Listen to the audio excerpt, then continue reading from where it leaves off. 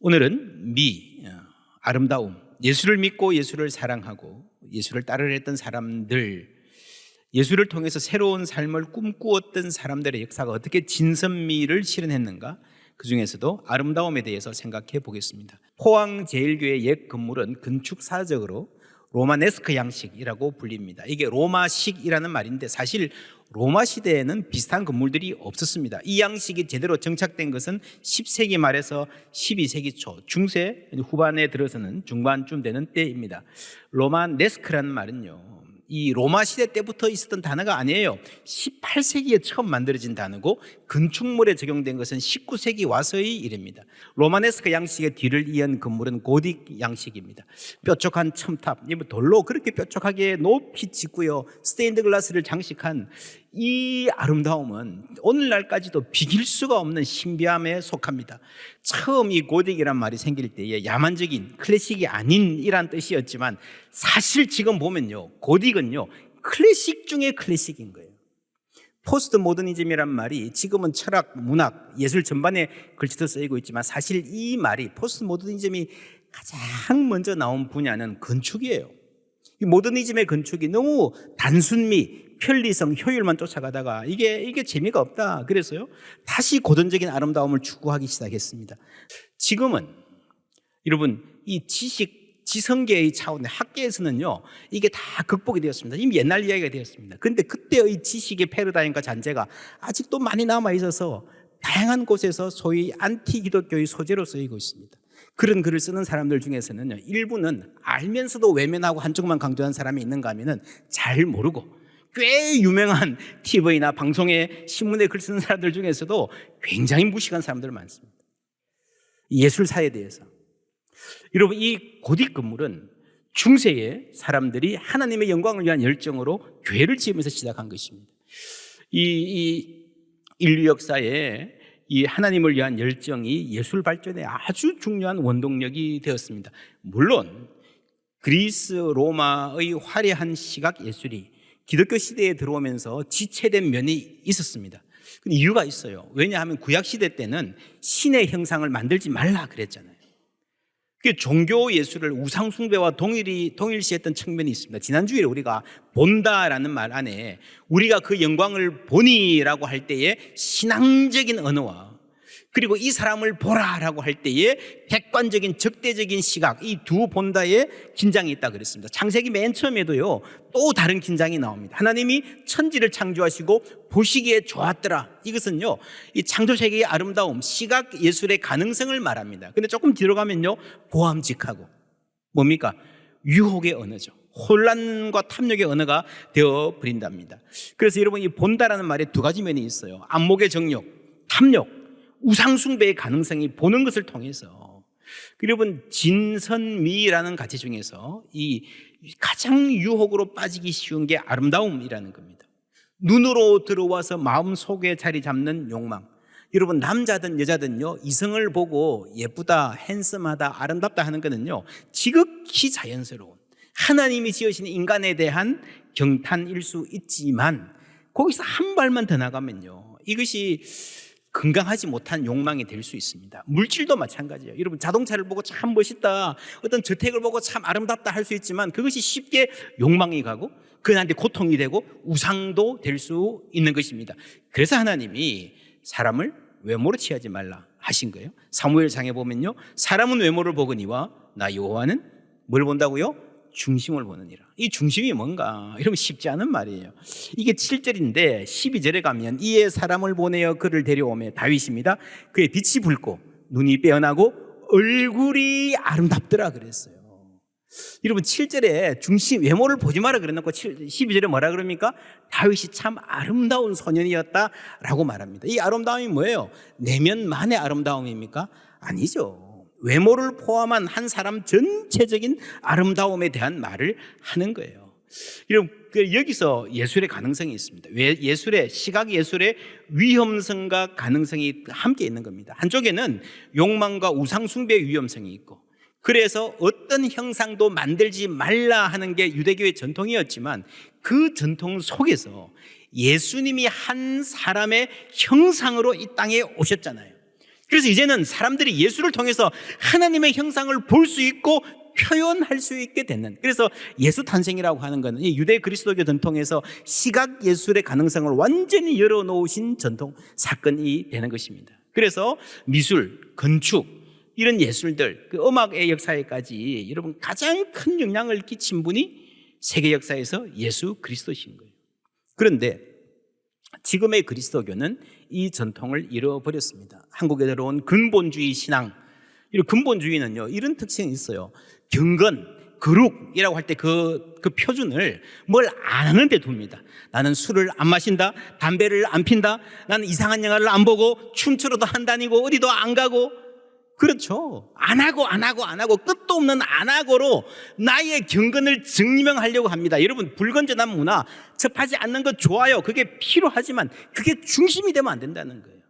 오히려 우리는 어떤 아름다운 음악을 즐길 줄 알고, 어떤 미술을 감상할 줄 알고, 시를 이해할 줄 알고, 여러분 그것이 신앙의 훨씬 더 중요한 표현인 거예요. 하나님을 믿는 신앙은 인간의 모든 면을 회복시킵니다. 좀 구체적으로 말하면 진선미가 이런 인간의 특질과 관계되어 있습니다. 진은 지성입니다. 인식 능력이죠. 진리를 깨닫는 사람이 되는 것이고요. 선은 의지를 갖고 실천할 수 있는 사람이 되는 겁니다. 아는 것만으로 부족하다 그러잖아요, 그죠? 행할 수 있어야 됩니다. 근데 그거에 전부 다가 아니에요. 아름다움을 알아야 됩니다. 예를 들면 우리가 화목한 가정 만들어야지, 양보하고 살아야지, 그게 굳은 결심만으로는 안 돼요. 화목한 가정의 아름다움을 알아야 돼요. 그래서 여러분 자녀들을 교육시킬 때에 이렇게 해라, 양보해라, 말하지 마라, 뭐 해라, 이것만 가지고 안 되는 거예요. 정말 좋은 교육은요, 화목한 가정의 아름다움을 느끼게 해주는 거예요. 이게 아름다운 것이라는 걸 알면요, 가라 그래도 안 갑니다. 그래서 진선미가 균형을 이루어야 되는 겁니다.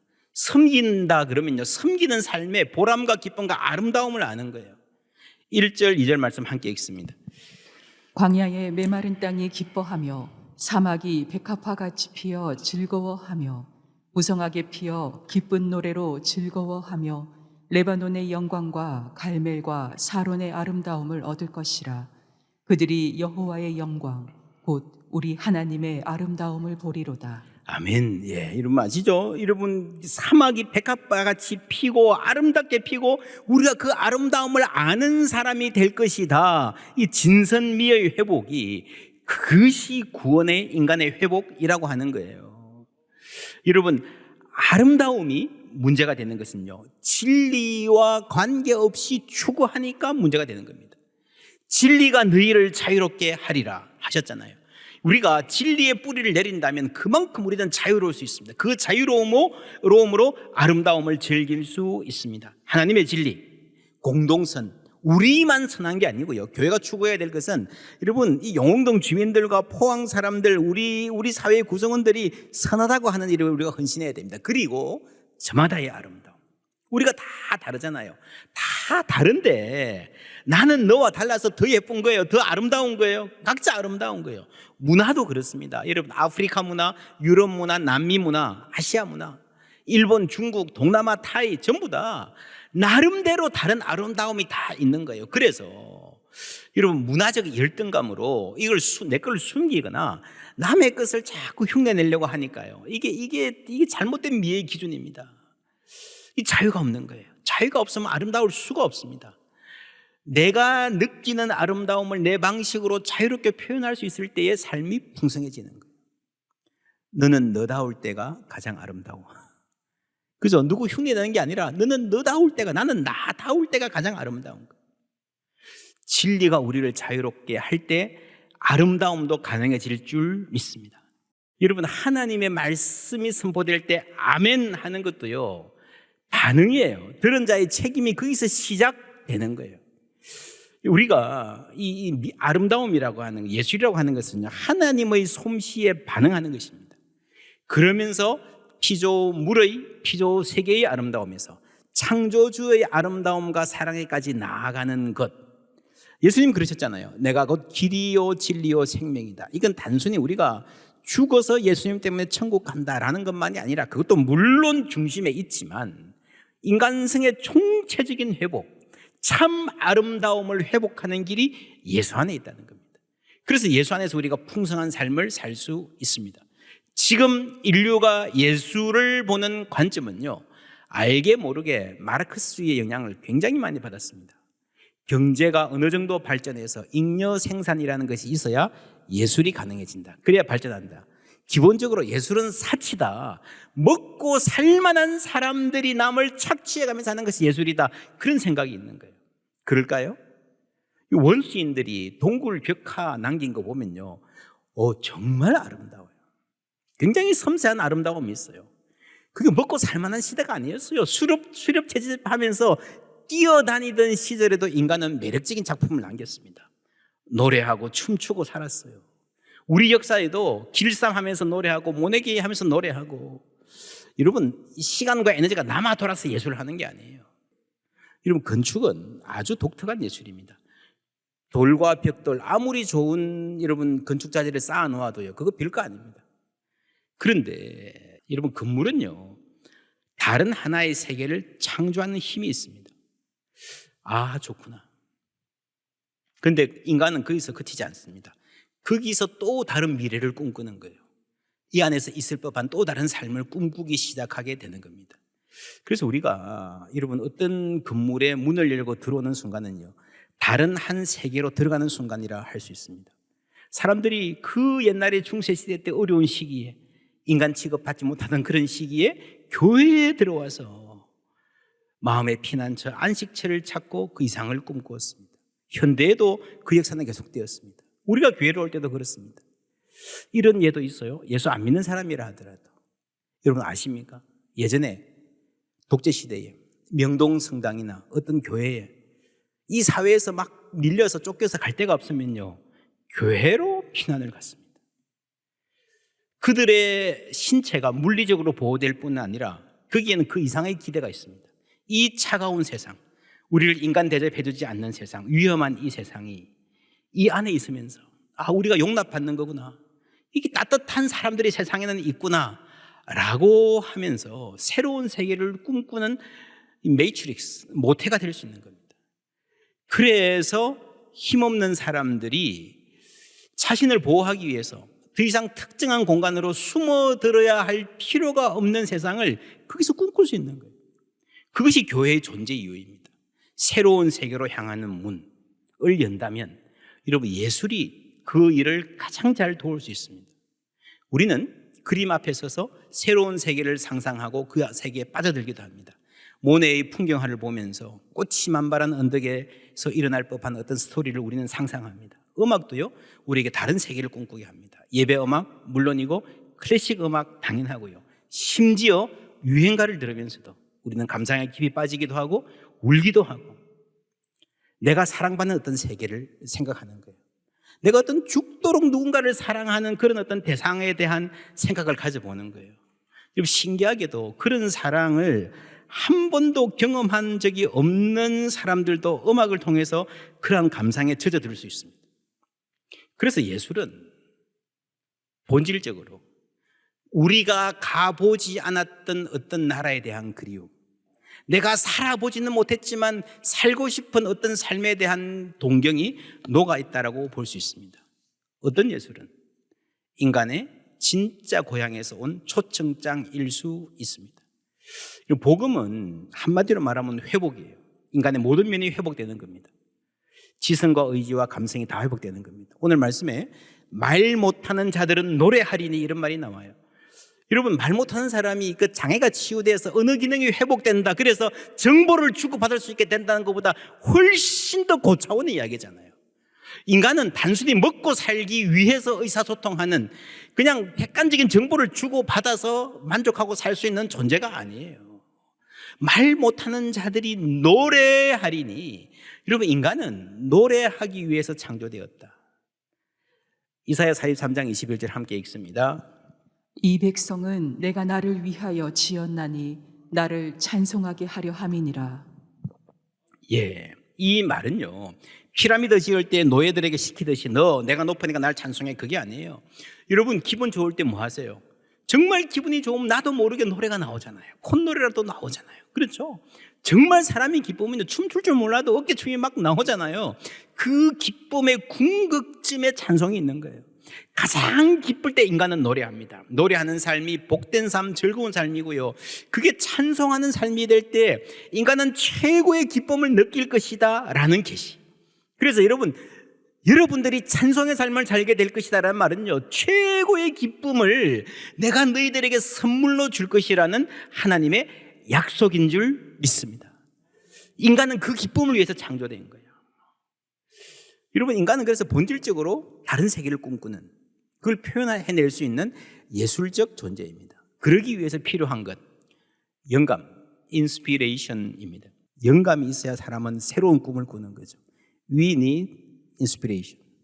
그 새로운 세계는 새로운 영감을 필요로 합니다. inspiration. 여기 여러분 보시면 영어로 대충 보면 나오죠. in spirit. 그죠? 영혼에 뭔가가 들어오는 걸 말하는 거예요. 영혼의 울림을 말하는 게 영감입니다. 이것이 없이는 되는 게 없습니다. 어떤 창조적인 일도, 학문도 과학도 그렇습니다. 여러분, 에디슨이 발명의 천재잖아요. 그죠? 이분이 그런 말 했어요. 천재는 99%의 노력과 1%의 인스피레이션, 영감이 필요하다. 여러분, 에디슨이 여러분 노력해야 됩니다, 열심히 해야 됩니다, 그 말 하려고 한 게 아니라 오히려 반대. 아무리 열심히 해도, 아무리 재능이 있어도 인스피레이션이 없으면 안 된다라고 하는 말을 하고 싶어서 한 거예요. 영감이 있어야 됩니다. 1절 7절 함께 읽습니다. 광야와 메마른 땅이 기뻐하며 사막이 백합화 같이 피어 즐거워하며 뜨거운 사막이 변하여 못이 될 것이며 메마른 땅이 변하여 원천이 될 것이며 승냥이의 눕던 곳에 풀과 갈대와 부들이 날 것이며. 아멘. 메마른 땅이 변하여 원천이 될 것이며 샘물이 터진다는 말이죠. 그런데 여러분, 이사야의 이 말씀이 선포될 때에 바로 그 순간에 땅에서 샘물이 터지지는 않았어요. 그런데 이 말을 듣는 사람, 이 글을 읽는 사람들 중에 들으는 그 안에서 영감의 원천이 샘물처럼 터졌습니다. 그게 여러분 예언적 상상력이에요. 그게 여러분 성령 충만이에요. 물리적 샘이 터지기 전에 먼저 우리 생각의 샘이 열리고요, 지혜의 샘이 열리는 영감의 원천이 먼저 우리에게 다가옵니다. 하나님께서 그래서 여러분 이사야 같은 예언자들이 선포하는 말씀을 통한 상상력을 동원해서 백성들을 준비시키시고 마침내 온전한 회복, 그리스도를 이 땅에 보내신 거예요. 예언적 상상력의 끝에. 그런 점에서 오늘 이 말씀에 나오는 광야와 메마른 삶은요, 그냥 이 물리적 공간이기도 하지만 상상력이 말라붙은 마른 뼈 같은 이스라엘 백성들의 상황, 어떤 말을 해도 희망을 품을 수 없는 아름다움을 보는 눈이 어두워진 이스라엘 백성들의 상황, 문화적 상황을 이야기하는 것일 수도 있습니다. 그렇다면 이 말씀을 오늘날에 적용해 보면요, 오늘의 세계 포스트 모더니즘의 문화가 다다른 황량함을 볼 수 있습니다. 이 포스트 모더니즘은요, 이 무언가를 보고 전통적 문화예술을 보고 노 하는 데는 능한데요, 이거 하자 이거다라고 예스 하는 데는 무능합니다. 비판은 예리한데 창작은 무디입니다. 해체는 잘하는데 건설은 잘 못해요. 그래, 그 속에서 이 노는 잘하는데 예스를 잘 못하는, 이걸 보라 하라고 할 게 없어요, 포스트 모던에는. 그래서 이 세계의 문화가 광야와 메마른 땅이 되어버리고 말았습니다. 지금 세계 예술의 동성애 코드가 굉장히 강합니다. 그냥 지금은요, 여러분 TV 드라마도 보시면 이 동성애 코드를 끼워 넣는 게 유행처럼 번져가요. 왜 그러냐? 너 동성애 좋아하냐? 아니, 나도 싫어요. 그럼 왜 하냐? 그냥 심심하잖아요. 남자와 여자가 사랑하는 거, 그거 너무 오래 해온 이야기여가지고 재미없잖아요. 그 전통적인 이야기를 재밌게 색다르게 만들 능력이 없는 거예요. 동성 간의 이야기로 가면 뭔가 쿨한 것 같고 색다르고 쇼킹하고 사람들이 관심 가지니까. 이거 사실 그게요, 지금은 동성애 코드로 가는 게 굉장히 예술가들 사이에서 게으른 선택이 되었습니다. 게으른 선택. 지금 세계 문학에는 영감의 원천이 상당히 메말라 있습니다. 새로운 게 없잖아요. 문화와 예술의 황무지.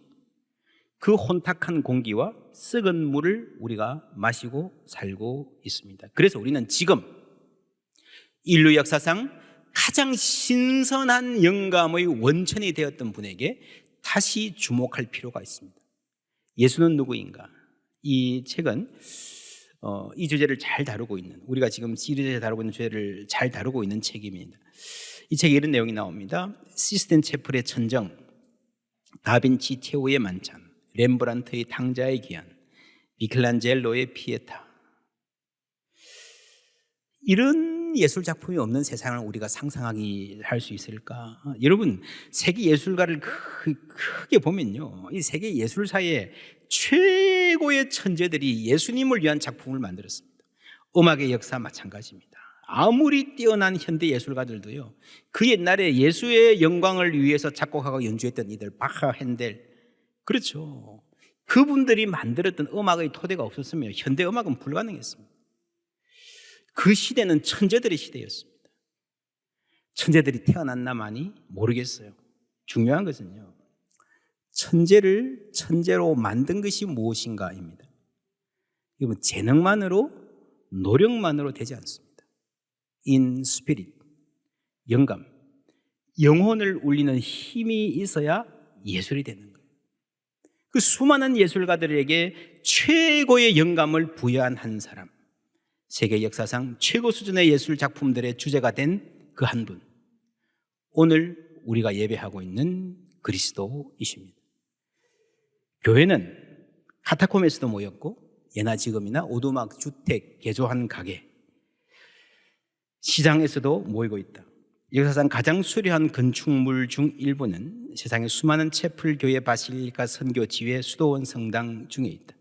지금도 런던의 스카이라인을 압도하는 세인트 폴 성당을 보아도 그렇고, 이것뿐 아니라 여러분, 기독교 건축에서 발전된 그 기술이 세속 건물에도 굉장히 많이 쓰이고 있습니다. 가장 아름다운 건물들입니다. 거대한 암벽 위에 아슬아슬하게 자리하고 있어 좁다란 다리를 통해서만 들어갈 수 있는 그리스의 루사노 수도원을 보아도 그렇다. 여러분 가보셨습니까? 이 그리스 가면 이런 장면, 마테오라 지역에 많은 수도원들을 보고 있어요. 어떻게 올라갔을까? 어떻게 저기서 이 안에 들어가도요, 정말 아름다운 그런 조그맣지만 정말 기가 막힌 그림들이 있습니다. 어떤 열정이 있었길래 참 신비한 느낌을 가질 수밖에 없습니다. 지난 2000년에 걸친 건축 발전에서 기독교 역량이야말로 단연 최대 요인으로 꼽혀왔다. 이 모든 건물이, 그 아름다운, 그 거대한 건물들이 여우도 굴이 있고 새도 집이 있으되 자신은 머리 둘 곳이 없다 하신 그 사람, 예수님 덕분에 지어졌다. 여러분 놀랍지 않습니까? 살아계실 때는 집 한 칸, 방 한 칸 없이 사셨는데, 그런데 그분을 위해서 놀라운 건물들, 놀라운 음악들, 놀라운 미술품들이 지금도 지어지고 있습니다. 그 아름다움, 이 아름다움을 아는 사람은요, 더 이상 여러분 옛날의 삶으로 돌아갈 수가 없습니다. 교부 아우구스티누스가 이렇게 말했습니다. 늦게야 당신을 사랑했습니다. 이토록 오래되고 이토록 새로운 아름다움이야. 늦게야 당신을 사랑했습니다. 여러분, 이분도 젊을 때 방탕하며 나름대로 사랑의 대상을 찾아다니면서 방황하고 방황했던 사람들입니다. 그런데 예수께로 돌아와서 예수의 사람이 된 거예요. 이제 착하게 살아야지 하는 그 의지만으로 여러분은 안 됩니다. 하나님의 아름다움을 아는 거예요. 하나님의 사랑을 받고 살아가는 삶의 아름다움을 아는 거예요. 그럴 때에 결코 옛날로 안 돌아가는, 그렇죠? 옛날로 돌아가기 싫은 견고한 믿음의 사람으로, 그 기쁨을 아는 사람으로 우리가 자라가게 될 줄 믿습니다. 이 아름다움, 이 기쁨 우리 삶에 충만하기를 주님의 이름으로 축원합니다.